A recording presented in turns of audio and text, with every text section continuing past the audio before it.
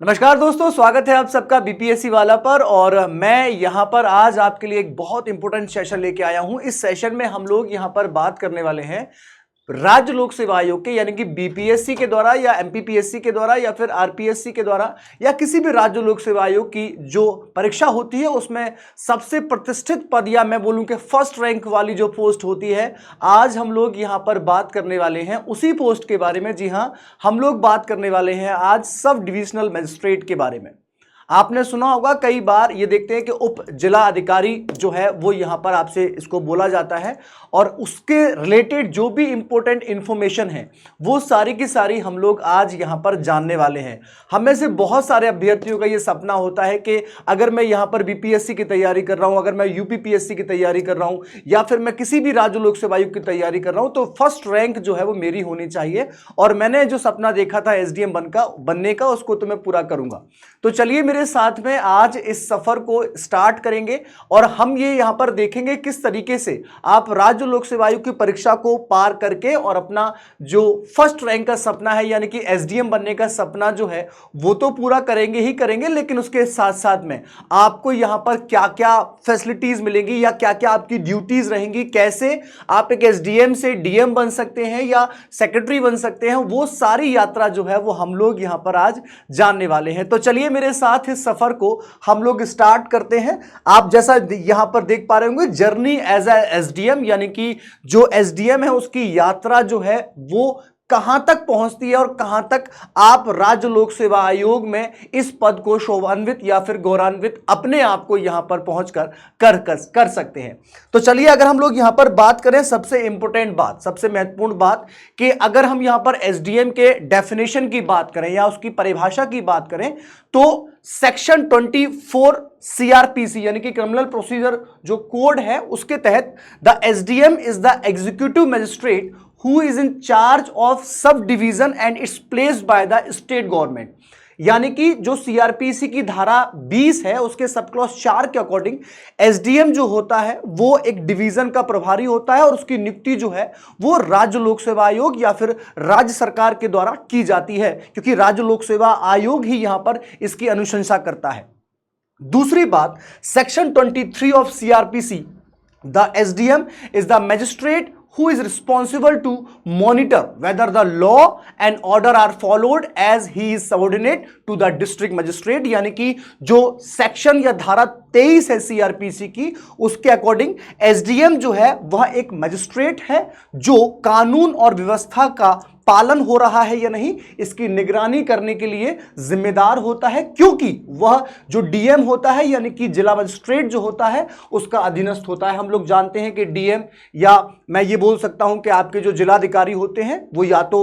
UPSC के द्वारा अनुशंसित होते हैं या फिर प्रमोशन के तहत वो डीएम जो है वो भी बनते हैं। तो हम ये भी देखेंगे कि क्या यहां पर एक एसडीएम जो है वो डीएम बन सकता है या नहीं, इसके बारे में भी हम लोग यहां पर जानेंगे। ठीक है, तो ये डेफिनेशन आपके सामने मैंने यहां पर प्रस्तुत कर दी है कि भाई अगर कोई एसडीएम बनता है तो क्या उसकी ड्यूटी रहेगी, और हम यह भी देखेंगे कि कानून व्यवस्था के अलावा और क्या क्या यहां पर उसके कर्तव्य होते हैं जिनको वो पूरा करता है। पहली इंपॉर्टेंट बात। दूसरी, अगर यहां पर हम लोग बात करें जो स्पेशली यहां पर सीआरपीसी की और धाराएं हैं, जैसे कि सेक्शन 107, 151, 109, 1110, 133, 145 और 146, यानी कि ये जो धाराएं आप यहां पर देख रहे हैं ये एसडीएम के लिए ये बहुत सारी जो शक्तियां हैं उनको प्रदान करती है और उन शक्तियों का प्रयोग वह उस पर्टिकुलर डिवीजन में प्रयोग कर सकता है कानून व्यवस्था के लिए, जो प्रशासन व्यवस्था है उसको मजबूत करने के लिए, उसको सशक्त करने के लिए। तो हम लोगों ने यहां पर अभी देखा कि अगर कोई एसडीएम यहां पर नियुक्त किया जाता है तो उसका कार्य जो है वो उस पर्टिकुलर डिवीजन में अपना यहां पर जो कानून व्यवस्था है उसको मजबूत करने की और उसको सुचारू रूप से क्रियान्वयन करने की उसकी जिम्मेदारी होती है। मुझे ऐसा लगता है कि इतनी सी लाइन देखकर तो आपके जो हौसले हैं वो और ज्यादा बढ़ गए होंगे, क्योंकि ये सबसे अच्छा माध्यम होता है आपको समाज के लिए अपनी सेवा को देने का। चलिए, इसके अलावा अगर हम लोग यहां पर देखें कि इनकी रिस्पॉन्सिबिलिटीज जो हैं वो क्या क्या होती हैं, यानी कि मेन इनकी जिम्मेदारी जो है वो क्या क्या होती हैं। सबसे पहले एडमिनिस्ट्रेटिव एंड जुडिशियल वर्क्स। देखिए, जब भी हम लोग बात करते हैं तो आपको कंफ्यूज होने की जरूरत नहीं है। कई बार न्यायिक प्रक्रिया जो होती है, आप लोग देखते हैं कि जो कलेक्टर होते हैं उनके पास भी फाइन लगाने की या किसी को सस्पेंड करने की उसके पास में पावर होती है। तो ऐसा कार्य जो है वो यहां पर एसडीएम देख सकता है अपने पर्टिकुलर उस डिवीजन में। Apart from that, settlement of territorial disputes, disaster management, आपदा प्रबंधन एक बहुत इंपॉर्टेंट मैं बोल सकता हूं कि जिम्मेदारी होती है उस पर्टिकुलर डिवीजन में एसडीएम की। Apart from that, maintenance of land records in revenue functions, यानी कि ऑब्वियस सी बात है राज्य के सुचारू संचालन के लिए राजस्व जो है वो बहुत इंपॉर्टेंट भूमिका निभाता है, तो उसका भी यहां पर मैं बोल सकता हूं मेंटेनेंस यहां पर एसडीएम करेगा। Handling of revenue matters, obvious सी बात है, डीलिंग विथ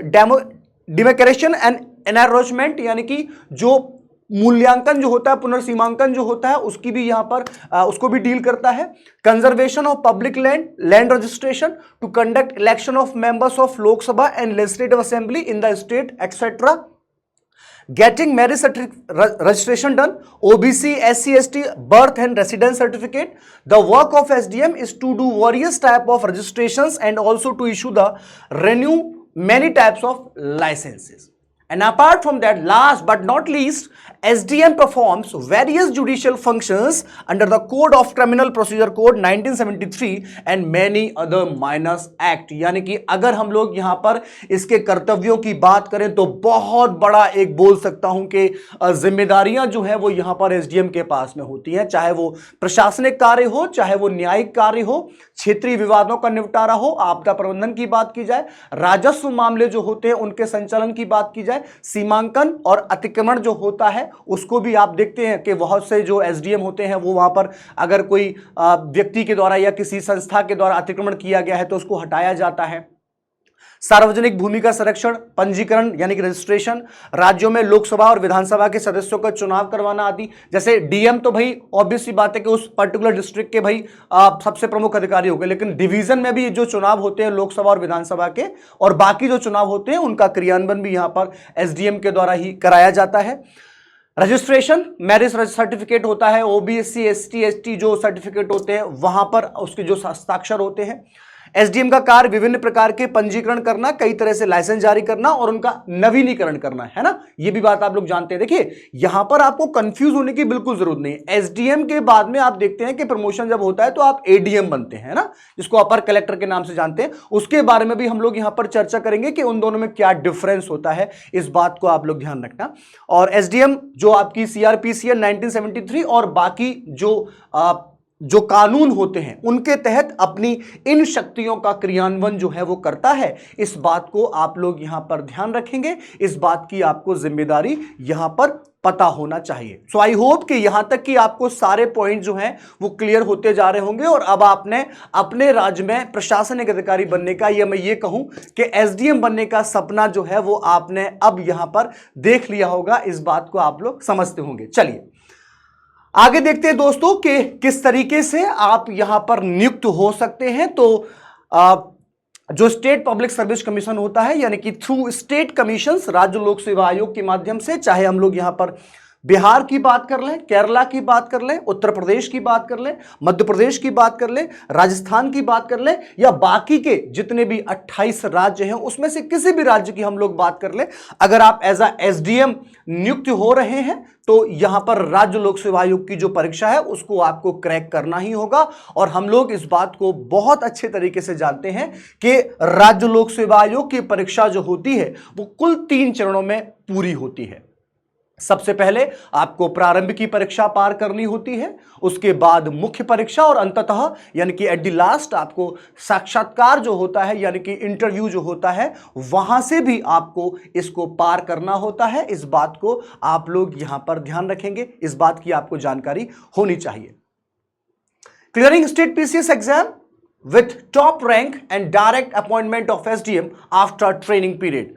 आपने स्टेट पीसीएस की यहां पर जो परीक्षा है उसको क्वालिफाई किया, आपने प्रीलिम्स का जो एग्जाम था उसको क्वालिफाई किया, उसके बाद जो मेंस का एग्जाम था आपने उसको क्वालिफाई किया, साक्षात्कार जो था उसका आपने क्वालिफाई किया, उसके बाद स्टेट पीसीएस जो है वो आपका फाइनल रिजल्ट जो है वो जारी करेगा और उस फाइनल रिजल्ट के बाद में आपको उस राज्य लोक सेवा आयोग की जो प्रशासनिक अकादमी होती है उस प्रशासनिक अकादमी में आपको मौका दिया जाता है अपनी ट्रेनिंग को पूरा करने का। एक फाउंडेशन कोर्स होता है, जैसे आपने तैयारी के दौरान अपनी जो फाउंडेशन कोर्स जो होगा उसको आपने ज्वाइन किया होगा, ठीक उसी प्रकार से जब हम लोग बात करते हैं प्रशासनिक अधिकारी बनने के, तो आप लोग यहां पर जो राज्य की प्रशासनिक अकादमी होती है वहां पर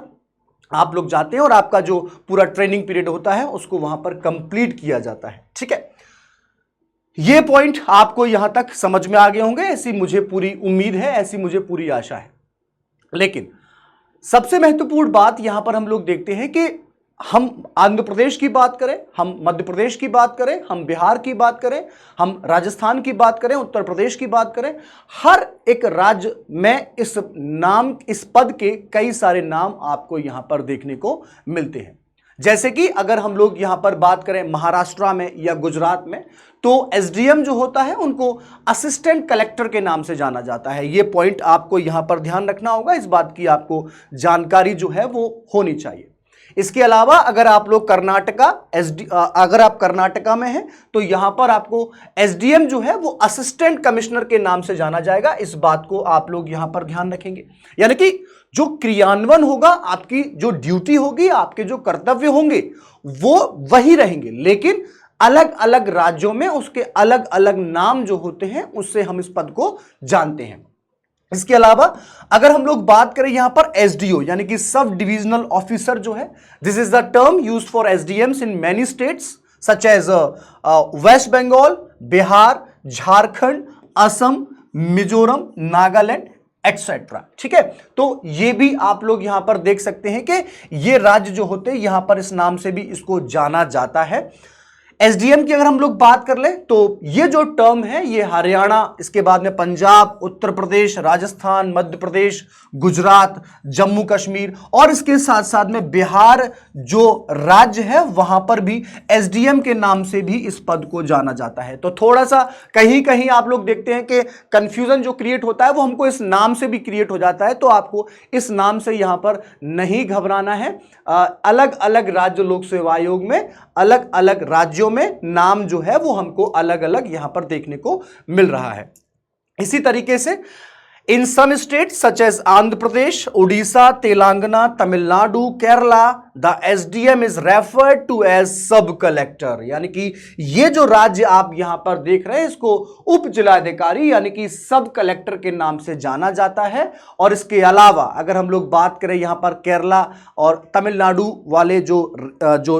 एरिया है वहां पर रेवेन्यू डिविजनल ऑफिसर यानी कि आरडीओ के नाम से भी इनको जाना जाता है। इस बात को भी आप लोग यहां पर ध्यान रखें, इस बात की आप लोग नोट डाउन करते जाइए कि देखिए ये वो मौका है, ये वो पल होगा जब आप उस राज्य में सर्वोच्च सेवा पर होंगे। सर्वोच्च सेवा यानी कि उस राज्य की सबसे प्रतिष्ठित सेवा जो है वहां पर आप काम कर रहे हैं, और इससे अच्छा मौका सोसाइटी के लिए सर्व करने के लिए आपके पास में नहीं हो सकता। ध्यान रखेंगे। ओके, सो ये सारी बातें हम लोगों ने देखी कि अलग अलग राज्यों में अलग अलग नाम से इस पद को जाना जाता है, ये बात हम लोग यहां पर जान चुके हैं। ठीक है, अब अगली बात हम बात करें तो मैंने आपको बताया कि प्रीलिम्स, मेंस और इंटरव्यू के बाद में आप इस एग्जाम को क्वालिफाई करके, क्रैक करके आप यहां पर एसडीएम जो है वहां पर सीधी नियुक्ति जो है वो आपकी हो जाती है। Prelims, mains and interview, some states में हैव लैंग्वेज बेस्ड एग्जाम्स, जैसे कि अगर आप पंजाब में हैं, अगर आप राजस्थान में हैं, अगर आप आंध्र प्रदेश में हैं, अगर आप तमिलनाडु में हैं, तो यहां पर आपको तमिलनाडु में तमिल, आंध्र प्रदेश में तेलुगु, पंजाब में पंजाबी, जो आप बोल सकते हैं कि जो वहां की भाषा जो होती है वहां पर आपका ज्ञान जो है उसका यहां पर माना जाता है, क्योंकि ऑब्वियस सी बात है आपको उस राज्य में काम करना है और उस राज्य की जो भाषा है उसका ज्ञान आपके पास में होना चाहिए। Clearing state PCS exam with top rank and direct appointment of to SDM after training period, यानी कि जब आप इस एग्जाम को क्रैक करते हैं तो आपको शीर्ष रैंक, पहली रैंक हो सकती है, दूसरी रैंक हो सकती है, तीसरी रैंक हो सकती है, इस रैंक के माध्यम से आप देखते हैं कि आपको एसडीएम का पद जो है वो यहां पर मिल जाता है और आप उस राज्य में एज अ एसडीएम जो है वो अपॉइंट हो जाते हैं। चलिए ठीक है, मान लिया ये बात तो मुझे समझ में आ गई है, लेकिन क्या मैं आजीवन एसडीएम रहूंगा? क्या इसमें मुझे जो पदोन्नति होती है यानी कि प्रमोशन जो होता है वो भी मुझे मिलेगा? और अगर मिलेगा तो मैं कहां तक पहुंच सकता हूं, कितने साल की सेवा या कितने साल की सर्विस जो है वो मुझे यहां पर करनी होगी, ताकि फिर मैं यहां पर पदोन्नत या फिर प्रमोशन जो है उसको मैं प्राप्त कर सकूं। तो देखिए, सबसे पहले अगर हम लोग बात करें तो आप यहां से लेवल 14 तक आप लोग जानते हैं, लेवल 14 तक आप पहुंच जाते हैं, लेवल 9, 10, 11, 12, 13, 14 तक आप लोग यहां पर पहुंच जाते हैं। तो सबसे पहले आपकी जो नियुक्ति होगी वो एज अ एसडीएम होगी। एज अ एसडीएम जो है वो यहां पर आपकी नियुक्ति होती है, जैसे स्टेट पीसीएस के एग्जाम को क्रैक करने के बाद में।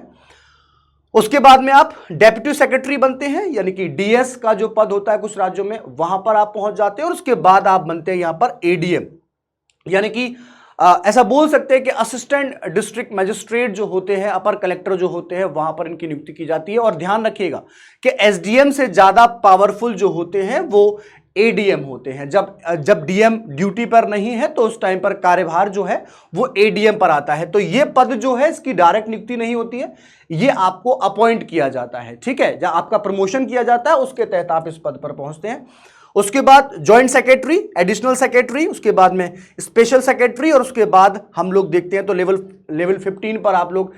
डीएम जो होता है, नॉन आईएएस है, लेकिन ये बात ध्यान रखना क्योंकि यहां पर आपको जो राज्य लोक सेवा आयोग है उनके द्वारा आपको यहां पर प्रमोट किया गया है ना। और उसके बाद में आपके जो बोर्ड होते हैं जैसे कि बीपीएससी, बीएसएससी, यूपीपीएससी, ऐसे यूपीएसएससी, ऐसे जो बोर्ड होते हैं उनके चेयरमैन या उनके मेंबर्स जो हैं वो यहां पर आपको अपॉइंट किए जाते हैं। और ये अपॉइंटमेंट भी आपके राज्य लोक सेवा आयोग यानी कि स्टेट पब्लिक सर्विस कमीशन के द्वारा किए जाते हैं। इस बात को भी आप लोग नोट डाउन करते जाइए। देखिए, आपने जो अपनी यात्रा प्रारंभ की थी वो एज अ एसडीएम आपने इस यात्रा को प्रारंभ किया था। सवाल ये आता है कि सर अगर मैं एसडीएम बनने के बाद में अगर डीएम बनना चाहूं तो लगभग मुझे कितना समय लग जाएगा? लगभग मैं आपको यहां पर एक अंदाजा दे सकता हूं कि 20 से लेकर 25 साल तक, 30 साल तक आप लोग यहां पर जो डीएम का पोस्ट है वहां तक पहुंच सकते हैं। अगर आप बीच में कभी सस्पेंड नहीं हुए हैं, आपने अपनी ड्यूटी जो है उसको पूरी अच्छी तरीके से ईमानदारी के साथ में पूरा किया है, कहीं भी आप पर ऐसा ड्यूटी के दौरान आपके कोई भी आलोचना नहीं हुई है, आपने अच्छे तरीके से अपने कर्तव्यों को पूरा किया है, तो आप अच्छे तरीके से यहां पर कार्यों को करते हुए और डीएम का जो पोस्ट है वहां तक तो पहुंच ही सकते हैं। स्टेट सर्विस, स्टेट गवर्नमेंट के बोल सकते हैं कि आधार पर। उसके साथ साथ में बाकी जो आपके पास में पोस्ट है वहां पर भी आप पहुंच सकते हैं। सो आई होप कि यहां तक आपको सारी चीजें जो है, इंफॉर्मेशन जो है वो अच्छे तरीके से समझ में आती जा रही होगी, कहीं भी आपको कोई दिक्कत नहीं रही होगी। तो मैंने आपको बताया कि एसडीएम और एडीएम जो होते हैं यहां पर आपको फर्क जो है वो आपको देखने को मिल जाएगा। एसडीएम जो होता है वो एज अ फर्स्ट रैंक यहां पर अपॉइंट किया जाता है, लेकिन जब कुछ साल के बाद यहां पर ड्यूटी कर ली जाती है पूरी सत्यनिष्ठा के साथ में, पूरे कर्तव्यों का क्रियान्वयन करते हुए, तो उसके बाद में एज अ प्रमोशन जो है वो यहां पर आप बनते हैं एडीएम। ठीक है, तो एसडीएम, उसके बाद में एडीएम और उसके बाद में डीएम, है ना। तो डीएम जो है, अगर मान ली डीएम ड्यूटी पर है या छुट्टी पर है, सॉरी डीएम अगर छुट्टी पर है तो यहां पर एडीएम जो है वो उनके कर्तव्यों का निर्वहन जो है वो यहां पर करते हैं। इस बात को आप लोग यहां पर ध्यान रखेंगे। ठीक है, चलिए, अगर भविष्य में बिहार एडमिनिस्ट्रेटिव सर्विस से आईएएस बनते हैं तो पहला पोस्टिंग संयुक्त सचिव के रूप में होगा, यानी कि जो ज्वाइंट सेक्रेटरी है उसके तहत आपका यहां पर सिलेक्शन होगा। और सब डिवीजन में हो सकता है, कलेक्टोरेट में हो सकता है, या जिला स्तर पर यानी कि डिस्ट्रिक्ट लेवल पर, और जो डिपार्टमेंट्स होते हैं वहां पर आपकी नियुक्ति होगी। अगर आप एज अ एसडीएम, अगर आप यहां पर एज अ एसडीएम रिक्रूट होते हैं तो उसके बाद जब आप आईएएस बनेंगे तो आप लोग यहां पर इस प्रकार से इन सारी पोस्टों पर अपने आप को यहां पर आप पहुंचा सकते हैं। सब डिवीजन की बात कर लें तो अनुमंडल पदाधिकारी यानी कि एसडीओ, उसके बाद में अपर अनुमंडल पदाधिकारी एडिशनल एसडीओ, अनुमंडलीय लोक शिकायत निवारण पदाधिकारी, ठीक है, समाहरण कलेक्टोरेट जो होता है, यानी कि ऑब्वियस सी बात है भाई, देखिए किसी भी राज्य लोक सेवा आयोग में या किसी भी राज्य में अगर आपको क्रियान्वयन करना है उन सेवाओं का, तो राजस्व और कानून व्यवस्था ये दोनों ही चीजें बहुत महत्वपूर्ण होती हैं, है ना। और वो भी पूरी तरीके से मैं ये कह सकता हूं कि उचित नीतियों के साथ, है ना। तो ये हम लोग देख रहे हैं कि अलग अलग यहां पर कार्य जो है वो यहां पर आपको दिए जा सकते हैं। आप इस प्रकार से यहां पर इन कर्तव्यों का निर्वहन करेंगे अपनी पूरी सेवाओं के दौरान। क्लियर। तो मुझे ऐसा लगता है कि यहां तक हम लोगों ने जो भी चीजें यहां पर एज अ एसडीएम जो सीखी हैं, जिस एसडीएम के पोस्ट के बारे में हमको क्यूरियोसिटी रहती है कि क्या क्या यहां पर हमसे क्या क्या कार्य हम यहां पर करेंगे या क्या ड्यूटीज हमारी रहेंगी, किस तरीके से हम अपनी जो पॉलिसीज होती हैं उनको यहां पर बनाएंगे, तो वो सारी चीजें जो हैं वो हम लोग यहां पर सीख चुके हैं। आई होप कि ये सेशन आपको बहुत अच्छा लगा होगा। इसी तरीके की और भी जानकारी मैं आपके साथ यहां पर समय समय पर बीपीएससी वाला पर लाता रहूंगा। इसी तरीके से जुड़े रहिए, बनी रहिए मेरे साथ। Thank you so much. Bharat माता की जय।